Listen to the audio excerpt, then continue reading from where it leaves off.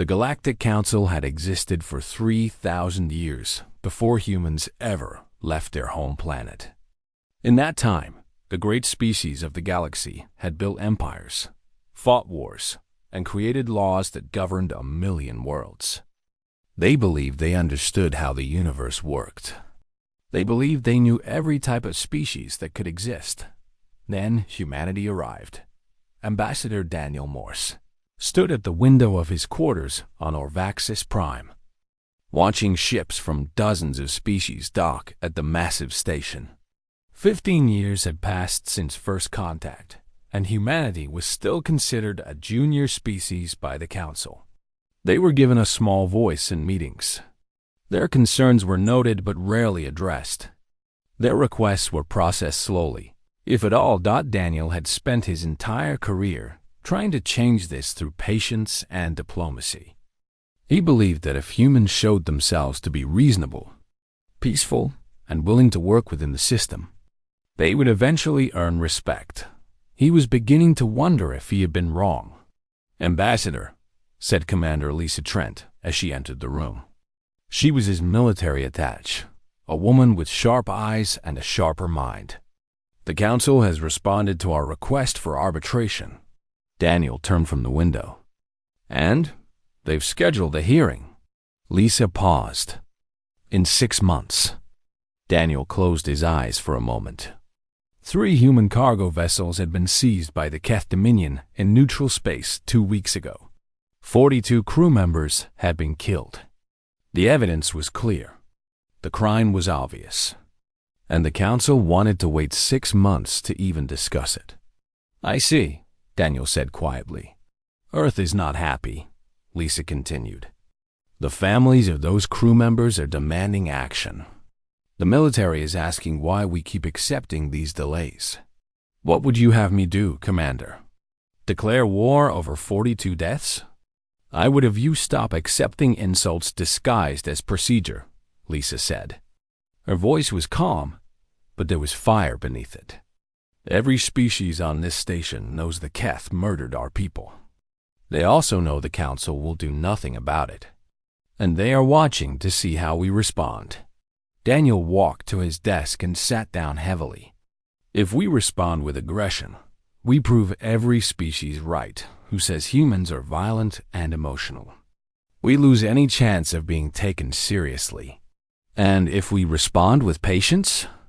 Lisa asked. "What do we gain?" "More delays. More empty promises. More dead humans." Daniel had no answer for her. The Council chamber was a vast circular room with seats, rising in tiers around the central platform. Representatives from over 200 species filled those seats, though only 30 held real power. Humanity's seat was near the back, in the section reserved for junior members. High Arbiter Zahn, a tall creature with gray skin and 4 arms, called the session to order. The day's agenda included trade agreements, border disputes, and scientific cooperation treaties. The matter of the seized human vessels was not mentioned. Daniel waited until the proper time for new business, then raised his hand to speak. "The Council recognizes the human representative," Zahn said. Sounding bored, Daniel stood. "Thank you, High Arbiter. I wish to formally register a complaint against the Keth Dominion for the unlawful seizure of 3 human cargo vessels and the murder of 42 human citizens in neutral space." A murmur went through the chamber. The Keth representative, a heavily armored being named Councilor Thraxis, let out a sound that might have been a laugh. "Murder is a strong word," Thraxis said. "Those vessels were in restricted space. They were warned to leave. They refused. The consequences were their own fault. The coordinates were in neutral territory, according to every star chart recognized by this Council." Daniel replied, keeping his voice steady. "I have submitted the navigation data as evidence." "Perhaps human charts are inaccurate," Thraxis said. "Your species is still new to space travel. Mistakes happen." Several delegates chuckled at this. Daniel felt his jaw tighten but kept his expression calm. I request that the Council appoint an independent investigation, Daniel said. Let the evidence be examined fairly. High Arbiter Zahn tapped his long fingers on his podium. The request is noted. However, the Council's schedule is quite full.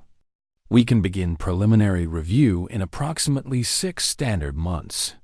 6 months, Daniel repeated. 42 people are dead, and justice must wait 6 months.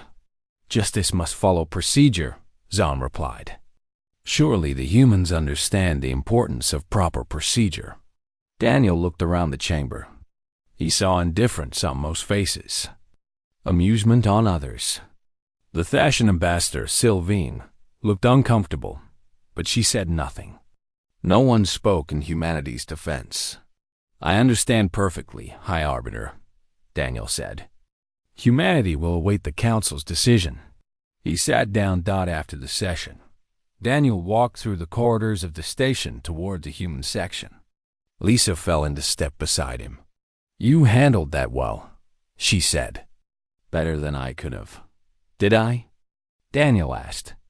Or did I just show them that we can be pushed without consequence? Before Lisa could answer, Daniel's communication device beeped. He looked at the screen and stopped walking. What is it? Lisa asked. Daniel's face had gone pale. Colonial transport ship Horizon's Hope. 1,200 passengers, including 400 children. It went silent near Keth Space 3 hours ago. Lisa stared at him. Went silent? What does that mean?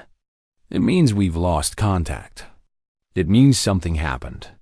Daniel's hands were shaking slightly. It means this isn't over. They stood in the corridor as alien beings walked past them, busy with their own concerns, unaware that the universe was about to change. Somewhere in the cold darkness of space, 1,200 human lives hung in the balance. And for the first time in 15 years, Ambassador Daniel Morse felt something other than patience growing in his heart. It felt like fire. The rescue ships found the wreckage 3 days later. Admiral Nathan Cole stood on the bridge of the carrier USV Constellation, watching the debris field on the main screen. Pieces of the Horizon's Hope floated in the darkness, twisted metal and broken dreams spinning slowly in the void. There were no survivors. 1,247 confirmed dead, his aide reported, voice cracking, including 412 children. The youngest was 3 months old. Nathan had served in Earth's fleet for 35 years. He had seen combat. He had lost friends. But nothing had prepared him for this. What happened to them? He asked. The flight recorder survived, sir. The Keth attacked without warning. They fired on an unarmed civilian transport. The aide paused. They broadcast messages while they did it, mocking us, laughing. Nathan's hands gripped the railing in front of him. Show me. The screen changed to show the recording. Nathan watched as Keth warships surrounded the helpless transport. He listened as the Keth commander, someone called Warlord Thraxis, announced that he was going to teach the humans their place in the galaxy. He heard the screams as weapons fire tore through the hull. And he heard the laughter that followed. When it was over, Nathan stood in silence for a long moment. Then he spoke. Send this recording to Earth Command. Send it to Ambassador Morse. Send it to every human station and colony in the galaxy. His voice was quiet but hard as stone. Everyone needs to see what was done to our people. On Arvaxis Prime, Ambassador Daniel Morse watched the same recording in his quarters. Lisa stood beside him. Neither spoke until it was finished. I knew Thraxis was cruel, Daniel said finally. I didn't know he was a monster. What will you do? Lisa asked. Daniel stood and straightened his uniform. My job. One last time. He walked to the council chamber and requested an emergency session. When the delegates assembled, he played the recording for all of them. The chamber fell silent. Some delegates looked away. Others watched with expressions that might have been horror or might have been mere curiosity. When the recording ended, Daniel spoke. 1,247 human beings, murdered in cold blood by the Keth Dominion. Not soldiers, not criminals, families, children, babies. His voice was steady, but there was something in it that made several delegates shift uncomfortably. I am no longer asking for investigation. I am no longer asking for procedure. I am demanding that this council take immediate action against the Keth for this act of war. High Arbiter Zahn cleared his throat. The recording is disturbing. However, we must consider all perspectives. The Keth claimed this was a defensive action against vessels that they were traveling to a new colony. Daniel interrupted. They had no weapons. They posed no threat to anyone. Counselor Thraxus rose from his seat. Perhaps they should not have been in that region of space. Perhaps humans should learn to stay where they belong. Daniel turned to look at the Keth representative. For a long moment, he simply stared. Thraxus seemed amused by the attention. Is the human going to cry? Thraxus asked. Your species is so emotional. It is almost entertaining. No, Daniel said quietly. I am not going to cry. He turned back to address the full council. For 15 years, humanity has followed every rule this council has set. We have been patient. We have been reasonable. We have accepted insults and delays and dismissals because we believed that peace was worth the cost. He paused. We were wrong. The chamber went very still. Effective immediately, the United Earth government is withdrawing from the Galactic Council's jurisdiction. We will handle this matter ourselves. Shocked murmurs filled the room. High Arbiter Zahn raised his hands for silence. Ambassador Morse, be reasonable.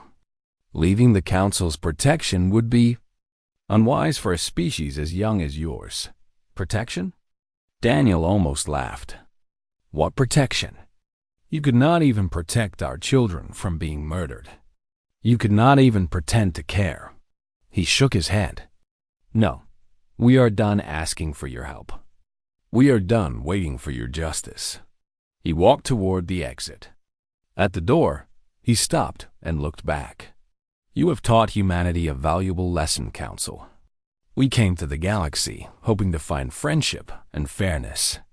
Instead, we found that only power earns respect. So be it. We will remember this lesson. Then he was gone.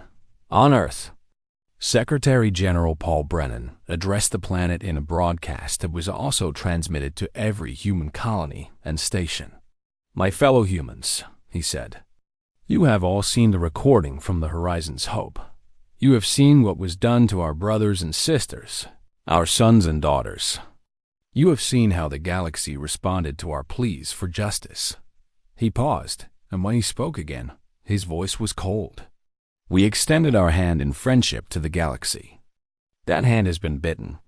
We gave the galaxy every chance to deliver justice.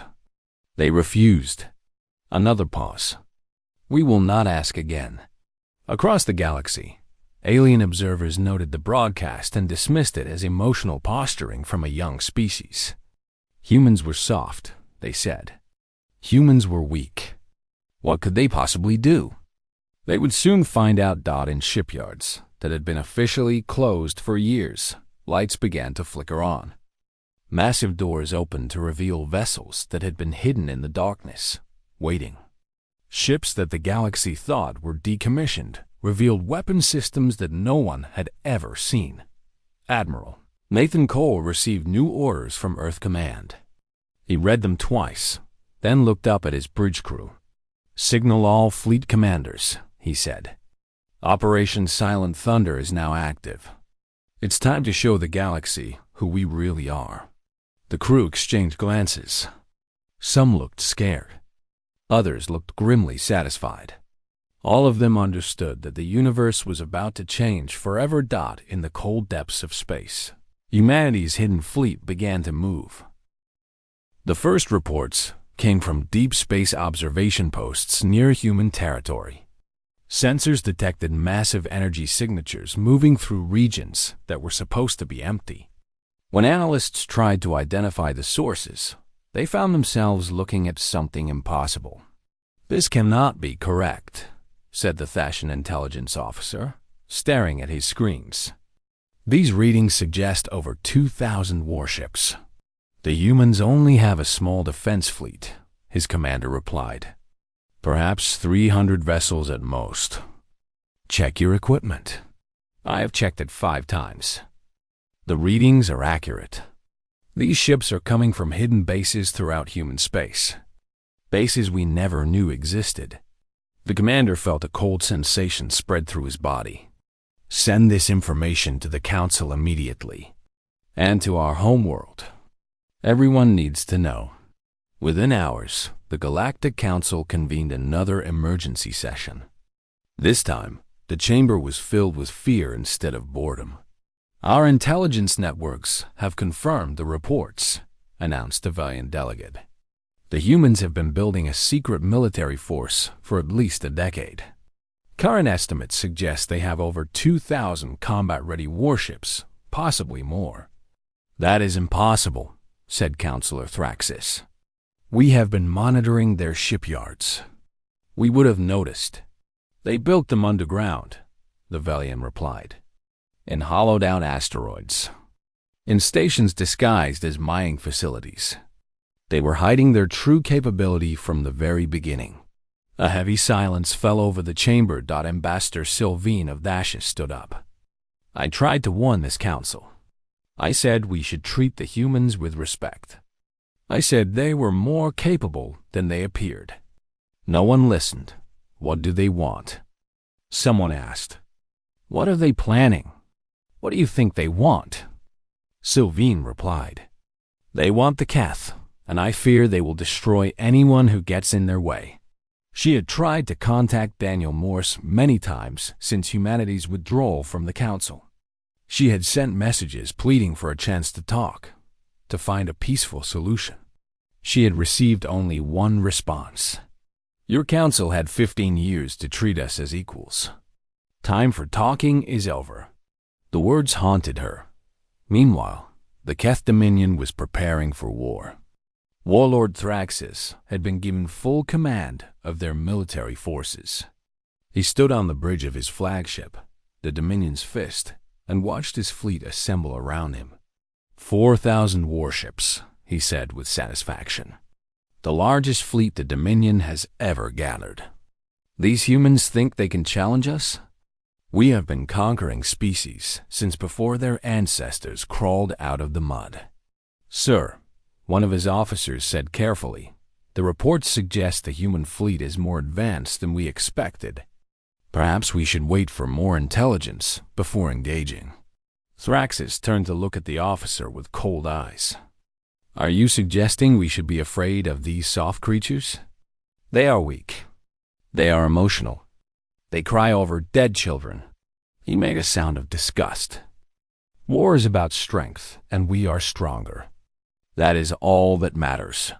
He activated a galaxy-wide broadcast channel. "Attention, all species. I am Warlord Thraxis of the Keth Dominion. The humans have threatened our great civilization with their impotent rage. I invite the galaxy to watch as I discipline these children and teach them their proper place. This will be over quickly."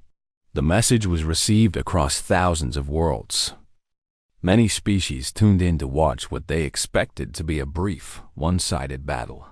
They were right about one thing. It would be one-sided. The human fleet arrived at the border of Keth space in perfect formation. Over 2,000 ships, arranged in geometric patterns that seemed almost artistic. They moved with a precision that no other species had ever achieved. At the center of the formation was the command ship USV Relentless. On its bridge stood Captain Ryan Kelly, a man who had spent 20 years preparing for a war he hoped would never come. "All ships are in position, Captain," his tactical officer reported. "Weapons are charged and ready." Ryan nodded slowly. He looked at the display, showing the Keth fleet on the other side of the border. 4,000 ships against his 2,000. The enemy had the numbers, but numbers were not everything. "Open a channel to the fleet," Ryan said. "Channel open, sir.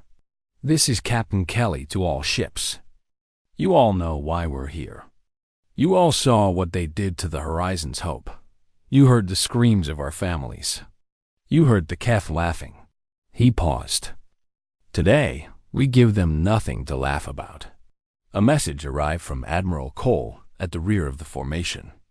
Ryan read it and felt his jaw tighten. "New orders from Fleet Command," he announced. "No mercy. No negotiation. They wanted to see what we're capable of." He looked at his crew. "Show them?" The two fleets faced each other across the invisible line of the border. For a long moment, nothing moved. The galaxy held its breath. Then the Keth fired first. A wave of missiles and energy beams streaked toward the human fleet. It was a massive first strike, designed to cripple the enemy before the real battle began. The human ships did not try to dodge. Instead, their point defense systems activated with impossible speed and accuracy. Thousands of projectiles were destroyed in seconds. The energy beams splashed harmlessly against shields that were far stronger than anyone had expected. "Is that all you have?" Ryan said quietly. He gave the order to return fire. The human fleet unleashed weapons that the galaxy had never seen before. Kinetic lances, projectiles accelerated to a significant fraction of light speed, punched through Keth shields as if they did not exist. Adaptive missiles that changed their attack patterns in real time found gaps in enemy formations. Electronic warfare systems crashed Keth. Targeting computers and communication networks died in the first 90 seconds of battle. 300 Keth warships were destroyed. On the bridge of the Dominion's Fist, Warlord Thraxus stared at his tactical display in disbelief. This was not possible. This was not how the humans were supposed to fight. "What is happening?" he demanded. "Why are our shields failing?" "Their weapons are too fast," an officer replied, voice trembling. "Their targeting is too accurate. We cannot track their missiles. We cannot stop their projectiles." Another explosion shook the ship as a nearby cruiser was torn apart. "Sir, we are taking massive casualties. We need to retreat and regroup." Thraxus grabbed the officer by the throat. "We do not retreat. We are the Keth Dominion. We do not run from prey." But the humans were not prey.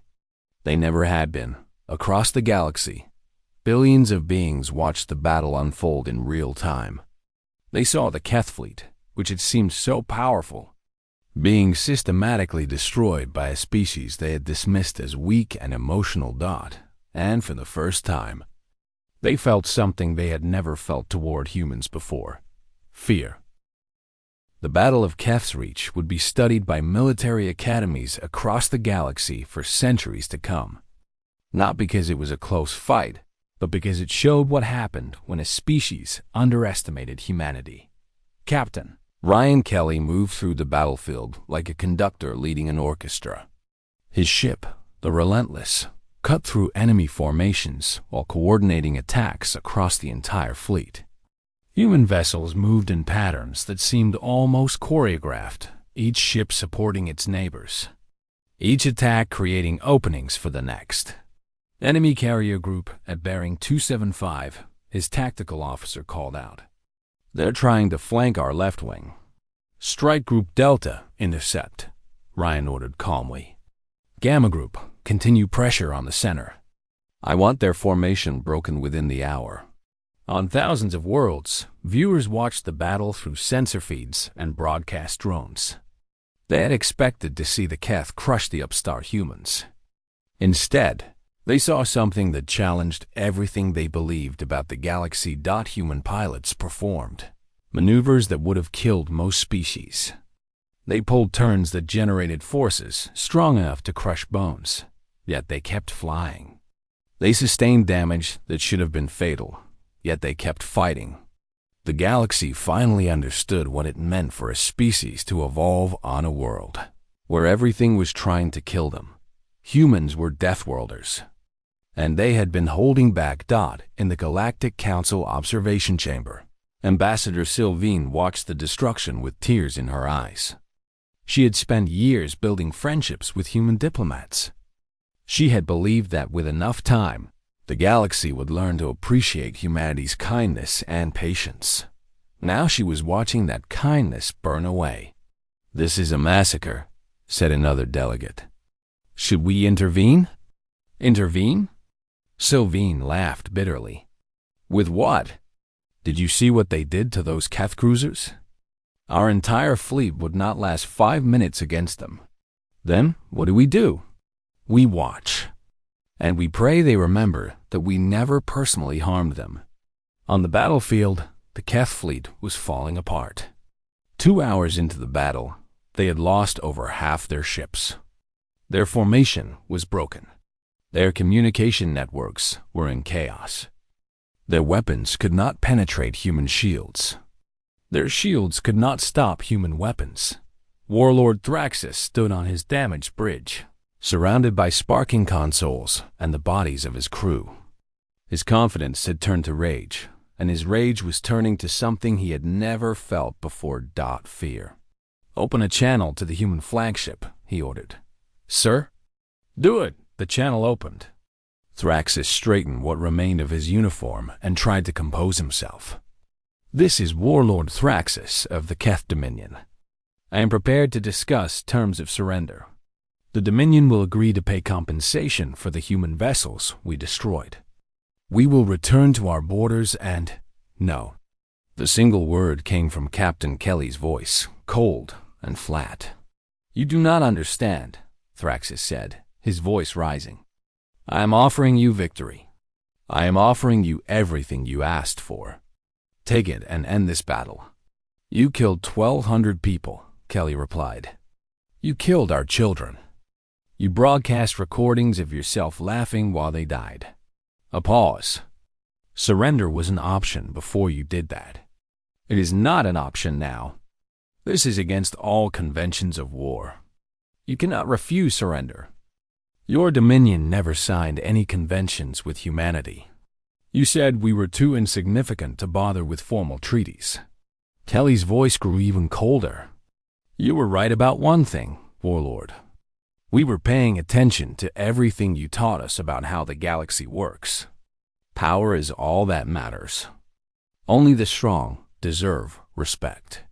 The weak exist to be crushed. I did not mean. You meant every word. And now we are going to show you exactly how well we learned those lessons." The channel closed. Thraxus stared at the silent console. For the first time in his life, he understood that he was not the predator. He was the prey. "All ships," he broadcast to what remained of his fleet. "Focus everything on the human command ship. Everything we have. If we can kill their leader—" He never finished the sentence. The Relentless had already moved into attack position, supported by a full strike group. Human weapons tore through the Dominion's fist like it was made of paper. The great Keth flagship, pride of their civilization, broke apart in a bloom of fire and debris. Warlord Thraxus died without ever understanding how badly he had miscalculated. The battle lasted 6 hours in total. By the end, 3,814 Keth warships had been destroyed. The human fleet lost 23 vessels. The ratio was so extreme that many species believed the reports were errors or propaganda. They were not. Admiral Nathan Cole broadcast a message to the entire galaxy as the last Keth resistance crumbled. The Keth Dominion's military no longer exists. Their leadership will answer for their crimes against humanity. Any species that attempts to interfere will share their fate. He paused. "We did not want this war. We did not start this war. But we have ended it." Human ground forces landed on the Keth homeworld within days. But they did not come to conquer or occupy. They came for one purpose only: Find everyone responsible for the attacks on our people, Admiral Cole ordered. Every officer who gave orders. Every politician who approved them. Every pilot who fired on unarmed civilians. Bring them to Earth for trial. And if they resist, sir? Cole's expression did not change. Then they resist. Most did not resist. They had seen what happened to those who fought against humanity. They surrendered quietly and were taken away in chains, across the galaxy. Species that had ignored or mocked humanity for 15 years suddenly found themselves reviewing every interaction they had ever had with humans. Had they been rude? Had they been dismissive? Had they done anything that might make humanity see them as enemies? The fear spread faster than any ship could travel. And somewhere in the ruins of her observation post, Ambassador Sylvine sent one more message to Earth. Please, she wrote, please remember that not everyone in the galaxy hated you. Some of us wanted to be your friends. Some of us still do. Please do not let your anger burn away everything good that was in you. She did not know if anyone would read it. She did not know if it would matter, but she had to try. The trial lasted 4 months. 47 Keth military officers stood before the International Court of Justice in Geneva. They were charged with crimes against humanity for the attacks on the cargo vessels and the Horizon's Hope. The proceedings were broadcast to every corner of the galaxy, and billions of beings watched to see how humans would deliver their justice. Many expected executions. Some expected torture. A few expected the accused to simply disappear without any trial at all. That was how most galactic powers handled their enemies. Instead, they saw something different. Judge Catherine Novak presided over the trial with calm precision. Every defendant was given legal representation. Every piece of evidence was presented openly. Every witness was allowed to speak without interference. The process was slow and methodical, and some alien observers found it frustrating. Why do they bother with all this procedure? One valiant analyst asked. They've already won the war. They can do whatever they want to the prisoners. That is exactly the point, replied his human colleague. Justice is not about power. It is about truth. The valiant did not fully understand, but he kept watching. Keth Premier Vasheth testified that he had known nothing about the military's attacks on human civilians. He claimed that Warlord Thraxus had acted without authorization. He begged the court to show mercy to his people. Judge Novak listened to his testimony without expression. Then she reviewed the evidence, including communications that showed Vasheth had personally approved a second attack on the Horizon's Hope. He was found guilty. The sentences were announced on a cold morning in October. Vasheth and 23 other officers received life imprisonment in facilities designed specifically to hold them. The remaining defendants received sentences ranging from 10 to 50 years. No one was executed. Why not? Counselor Thraxus had asked during one of his interrogations before his death in the battle. He had genuinely not understood. You have the power to kill us all. Why show mercy? Because we are not like you, his interrogator had replied. We never wanted to be like you. The Keth Dominion was forced to pay massive compensation to the families of everyone killed in both attacks. Their military was permanently disbanded. They would be allowed to defend their own space with a small patrol force, but they would never again threaten anyone beyond their borders. The terms were harsh, but they were fair. And that, more than anything else, shocked the galaxy. 1 year after the war ended, Ambassador Daniel Morse returned to the Galactic Council. He walked through the same corridors he'd walked 1,000 times before, past the same species that had dismissed and mocked him for 15 years. But nothing was the same. No one laughed now. No one made jokes about emotional humans. When Daniel entered the council chamber, every delegate fell silent. They watched him with expressions that mixed respect, fear, and something that might have been shame. High Arbiter Zahn rose from his podium. The council recognizes Ambassador Morse of the United Earth Government. Daniel walked to the center of the chamber. He looked around at the assembled delegates, these powerful beings who had once looked down on humanity as insignificant children. "I have a brief statement," Daniel said, "and then I will listen to whatever the council wishes to say." Zahn nodded. "Please proceed." Daniel took a breath. "We came to you with open hands. We asked only for fairness. We asked to be treated as equals. We asked for justice when our people were murdered." He paused. "You gave us contempt. You gave us delay. You gave us death. And when we could tolerate no more, you gave us fear." The chamber was completely silent. "We never wanted your fear," Daniel continued. "We wanted your respect. We wanted to believe that the galaxy could be better than violence and power. We wanted to prove that patience and reason could triumph over cruelty." His voice dropped. "Perhaps we were foolish." He looked directly at High Arbiter Zahn. "Your council has offered humanity full senior species status and a permanent seat on the High Arbiter's advisory board. We accept this offer. But I want the galaxy to understand something clearly." He turned to address everyone. "This seat was not given to us because you finally recognized our worth. It was given to us because you saw what we could do when we stopped being patient. That is not the foundation I wanted for our relationship with the galaxy, but it is the foundation we have." The council voted unanimously to confirm humanity's new status. It was the fastest vote in their 3,000-year history. Later, Daniel stood before a memorial that had been built in a park in New York City. It was a simple wall of black stone with 1,289 names carved into it. 42 from the cargo vessels, 1,247 from the Horizon's Hope. Each name represented a life that should not have ended. Commander Lisa Trent stood beside him. "You did well today," she said. "The council will never dismiss us again." "No," Daniel agreed. "They will not. So why do you look so sad?" Daniel was quiet for a long moment. "Do you remember what I used to believe? I thought we could earn respect through patience. I thought we could show the galaxy that we were better than violence." He shook his head slowly. "I spent 15 years believing that.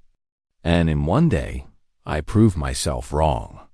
You did what you had to do. Did I?" Daniel touched one of the names on the wall. "These people died because I believed in the galaxy's goodness. And then thousands more died because I stopped believing." He turned to Lisa. "Which version of me was right? The one who hoped for too long, or the one who finally gave up hope?" Lisa had no answer. Across the galaxy, the story of humanity spread to every world and every species. Children were told about the patient humans who had tried so hard to be peaceful, and about what happened when that patience finally broke. The story became a legend, and the legend became a warning. Never test them, parents told their young. Never push them too far. They will forgive much, but they will forget nothing. And when their tolerance breaks, no force in the galaxy can stop what comes next. Centuries later, humanity was still respected, still feared, still remembered for the day their kindness turned to cold fury. Ambassador Daniel Morse died peacefully at the age of 93. His last words, recorded by his family, were simple. "I wish it could have been different." So did they all. The galaxy never forgot the day humanity's tolerance broke. And no species ever made the mistake of testing them again.